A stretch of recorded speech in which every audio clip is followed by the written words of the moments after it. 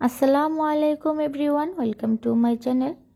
আশা করি আল্লাহর রহমতে সবাই ভালো আছেন, সুস্থ আছেন। আমিও আপনাদের দোয়ায় ভালো আছি এবং সুস্থ আছি।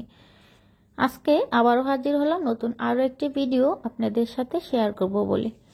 আজকে আমি কোনো রেসিপির ভিডিও আপনাদের সাথে শেয়ার করব না, তবে খুবই গুরুত্বপূর্ণ এবং খুবই উপকারী একটি ভিডিও আপনাদের সাথে শেয়ার করব। তাই ভিডিওটি না টেনে সম্পূর্ণ দেখার অনুরোধ রইল।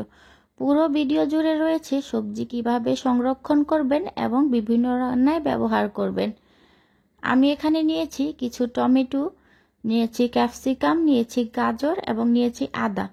এই সবজিগুলো কিন্তু শুধুমাত্র শীতের লাস্টের দিকে এবং গরমের প্রথম দিকেই প্রচুর পরিমাণে পাওয়া যায়, আর দামও অনেকটা হাতের নাগালেই থাকে। আর একটা সময় পর কিন্তু এই সবজিগুলোর দাম অনেকটাই বেড়ে যায়, আর এগুলো কিন্তু সব সময় আমরা কিনতে পারি না। তো এভাবে আপনারা ফ্রোজেন করে রাখলে কিন্তু এই সবজিগুলো বছর জুড়ে সংরক্ষণ করে রাখতে পারবেন, আর খেতেও কিন্তু একদম অথেন্টিক স্বাদটাই পাবেন অবশ্যই। প্রথমত আমি গাজরগুলো ভালোভাবে একটি মেশিনের সাহায্যে খোসাটা ছাড়িয়ে নিচ্ছি। আপনারা চাইলে দা, বটি, ছুরি যে কোনো কিছু দিয়েই খোসাটা ছাড়িয়ে নিতে পারবেন। অবশ্যই আমাদের এই গাজরগুলো খোসা ছাড়িয়ে রাখতে হবে, আর গাজরগুলো কিন্তু আমি একদম গোটাই রেখে দেব, কোনো রকম পিস বা টুকরো করব না।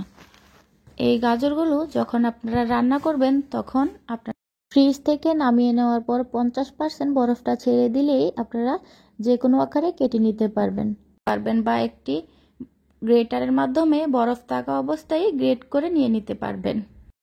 তারপরে যে কোনো রান্নায় ব্যবহার করতে পারবেন। এখন আমি ক্যাপসিকামগুলো কেটে নিচ্ছি। প্রতিটা ক্যাপসিকামই আমি 4 পিস করে প্রথমে কেটে নিচ্ছি। তারপরে প্রতিটি টুকরোকেই আমি আবার 2 টুকরো করে কেটে নিব। কিভাবে কেটে নিচ্ছি আপনারা দেখলেই বুঝতে পারবেন। আপনারা আপনাদের পছন্দ অনুযায়ী যে কোনো আকারে যে কোনোভাবেই কেটে নিতে পারবেন। তবে গোটা ক্যাপসিকাম বা একটা করে ক্যাপসিকাম যদি আপনারা ফ্রিজে রাখেন তাহলে কিন্তু এটা বরফ ছেড়ে দেওয়ার পর একদম নরম হয়ে যায়, তখন কিন্তু কাটতে খুবই অসুবিধা হয়। আপনাদের ফ্রিজে যদি জায়গা বেশি থাকে তাহলে আপনার গোটা ক্যাপসিকামটা রেখে দিয়ে বরফ অবস্থায় কেটে নিতে পারবেন। বরফ অবস্থায় কেটে নিলে কিন্তু খুব সহজেই এটা কাটা যায়। আপনারা চাইলে এটা কুচি কুচি করেও কেটে রেখে দিতে পারবেন। আমার ফ্রিজটা যেহেতু একটু ছোট তাই আমি এভাবে কেটে রেখে দিচ্ছি। যখন আমার যেভাবে প্রয়োজন হবে পরবর্তীতে আমি নামিয়ে সেই অনুযায়ী আবারও কেটে নিব। ফ্রিজ থেকে সবজিগুলো নামানোর পর টমেটো আর ক্যাপসিকামটা আপনাদেরকে বরফ অবস্থায় কেটে নিতে হবে আপনাদের পছন্দের সাইজ অনুযায়ী, আর গাজরটা আপনাদেরকে 50% বরফ থাকা অবস্থায় কাটতে হবে আপনাদের পছন্দের আকার অনুযায়ী। এখানে আমি আদাগুলো দেখিয়ে দিচ্ছি। আদাগুলো আমি খুব ভালোভাবে খোসাটা ছাড়িয়ে নিচ্ছি। এভাবে রেখে দিলে আপনারা যখন ইচ্ছে হবে তখন যতটুকু প্রয়োজন নামিয়ে ব্লেন্ড করে নিতে পারবেন, পাটায় বেটে নিতে পারবেন, বা চায়ের সাথেও আপনারা ব্যবহার করতে পারবেন। যে কোনোভাবেই আপনারা এটা ব্যবহার করতে পারবেন। এখন আমি এখানে নিয়ে নিলাম টমেটোগুলো শুধু আমি 4 ভাগ করে কেটে নেব। এই সবজিগুলো এভাবে রেখে দিলে কিন্তু আপনাদের অনেকটা সুবিধা হবে। একটার গায়ের সাথে কিন্তু একটা সবজি লেগে যাবে না। যতটুকু প্রয়োজন আপনারা ততটুকু সবজি ব্যবহার করতে পারবেন রান্নায়। এই যে এভাবে আমি কেটে একটি পলিতে করে রেখে দিব। আপনারা চাইলে বক্সে করেও রাখতে পারেন। এই সবজিগুলো সম্পূর্ণ এরকম ঝরঝরা আলাদাই থাকবে। আপনারা যতটুকু প্রয়োজন যেভাবে ইচ্ছা নামিয়ে নেবেন আর ব্যবহার করবেন।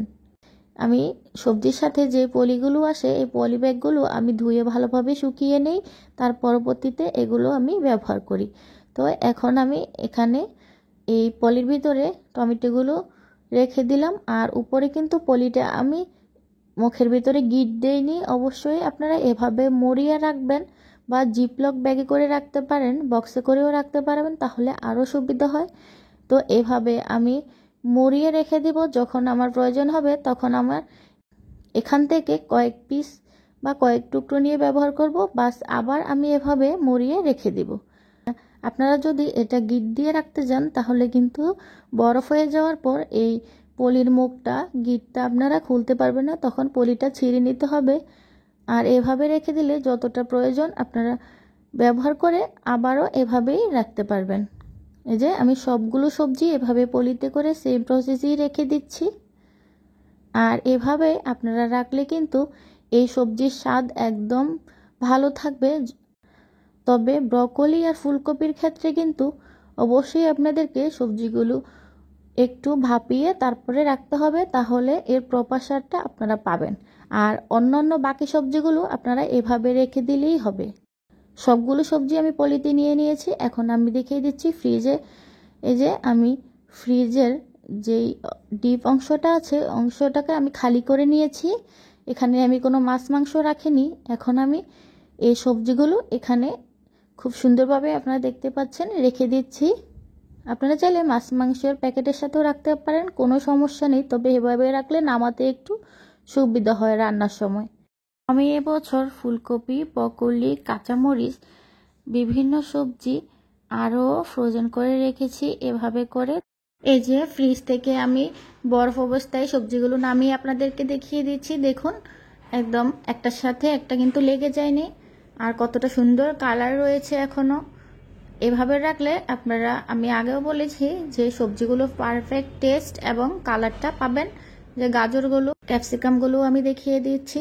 ভালো লাগলে ভিডিওতে একটি লাইক দিয়ে চ্যানেলটি সাবস্ক্রাইব করে দিবেন অবশ্যই। আজকের ভিডিওটি এ পর্যন্তই। আবারও হাজির হব নতুন আরও একটি ভিডিওর সাথে। ভালো থাকবেন, সুস্থ থাকবেন। আল্লাহ হাফেজ, আসসালামু আলাইকুম।